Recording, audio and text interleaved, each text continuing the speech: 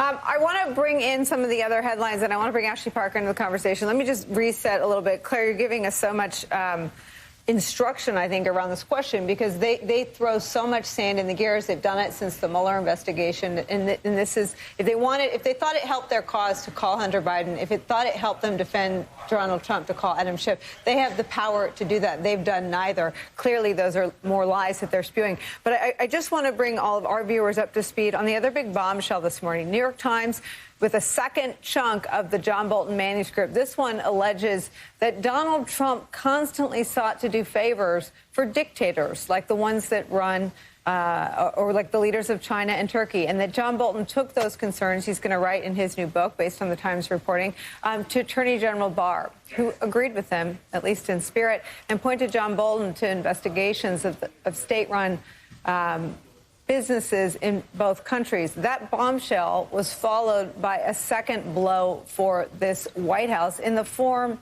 of their former chief of staff, John Kelly, General John Kelly, who was loyal as the day is long to this president, even taking to the White House briefing room at one point in Trump's bumpy presidency to describe how his own son's body, who died in combat, came home. That man said if he had to choose between Donald Trump's credibility and John Bolton's, quote, I believe John Bolton. Ashley Parker, on the day that it's only 4:25, has been so far. Well, I mean, I think on the one hand, I don't think anyone from the Trump White House was surprised at this point to see that from John Kelly. It is sort of a bombshell and it is unhelpful. But one thing that Bolton's book has kind of revealed is that there are people who they're in the White House. When they're in the White House, this is a president who demands absolute loyalty, sort of mafia caliber loyalty. But he does not return it in kind. And so you see people who, when they leave the White House, a lot of them don't return it in kind either, right? You have John Bolton, who we have reports writing on those long yellow legal pad memos, taking notes, and just 4.5 months after leaving the White House, he has a book ready to go, complete with an Amazon page. And you have General Kelly backing him up. I don't think, I want to be clear, I don't think General Kelly is backing him up because he wants to spite the president. I think what he said is true, that if he has to choose between President Trump and John Bolton, he believes John Bolton. But you have people, when they're sort of freed from the confines of that White House,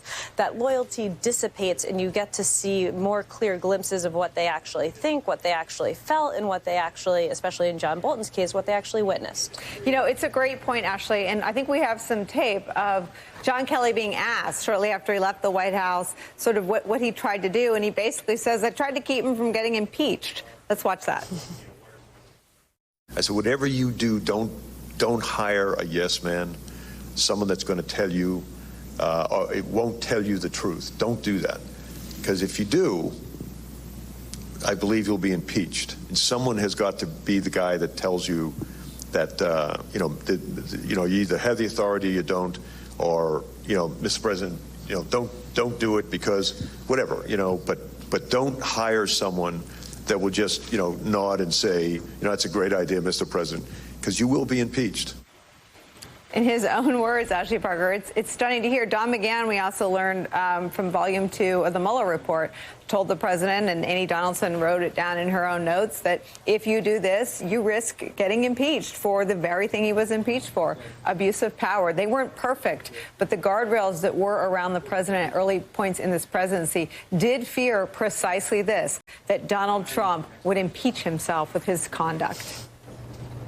Yeah, those comments were very prophetic, and there was always a sense that there were these guardrails, and now they're off. He's completely unfettered. And people have said to me recently, some of these guardrails, they sort of didn't quite understand what a key role a number of these people were playing until they were gone. And if you even look at when President Trump, of course, made that fateful phone call to the Ukrainian president that has led to his impeachment and now subsequent Senate trial, it was when he was feeling at his most emboldened. It was right when the Mueller report had come to an end and he felt sort of impervious to any sort of punishment or consequences, and then he went and did this. And And there both are and aren't consequences. He has been impeached. He is only the third president in history.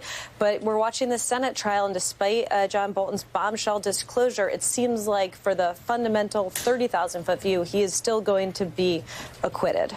Actually, the bombshell before the bombshell before the bombshell was your colleague Phil Rucker and Carol Lenig's book. And among the conduct described in there that left me having to pick my jaw up from off the ground was this tank briefing. And that's a very secure room at the Pentagon where they brought the president. And lots of presidents go there to be briefed on or to monitor or watch actual operations, military operations. This president was brought there to be tutored. But there's an incredible scene that I feel like has real relevance to this impeachment debate. And he says to all of his top generals, you're all dummies. I wouldn't go into war with any of you. I mean, he has a disdain for military purposes, for military pursuits. And so do you take some of, last week's bombshells in the book, great book by your colleagues, with the bombshells in the Bolton book, with the corroboration from John Kelly, and throw up your hands and say, what else do the Republican senators need? He's clearly unfit for the office of Commander-in-Chief. Well, the Republicans fundamentally don't think that is the case. And that is the challenge that you're seeing the House impeachment managers facing. You're seeing Democrats facing. And, we always talk about there's a difference between what Republicans say privately and what they say publicly. But it is worth noting now, 3 years into Donald Trump's presidency, a little bit of what they say privately is still more on board with President Trump. They have made a bargain, however difficult it was for them. Some of them, it seemed quite difficult, and they struggled and grappled a lot. Others, it was not particularly difficult. And they are sort of in it. Their futures, they believe their re-elects are tied to this president, and it does not seem like another book, another disclosure, another bombshell is going to fundamentally change where the party or any individual senators are right now. Chuck, we're all living dog years here, but it really has only been about 10 days since all of the revelations in Phil Rucker and Carol Lenig's book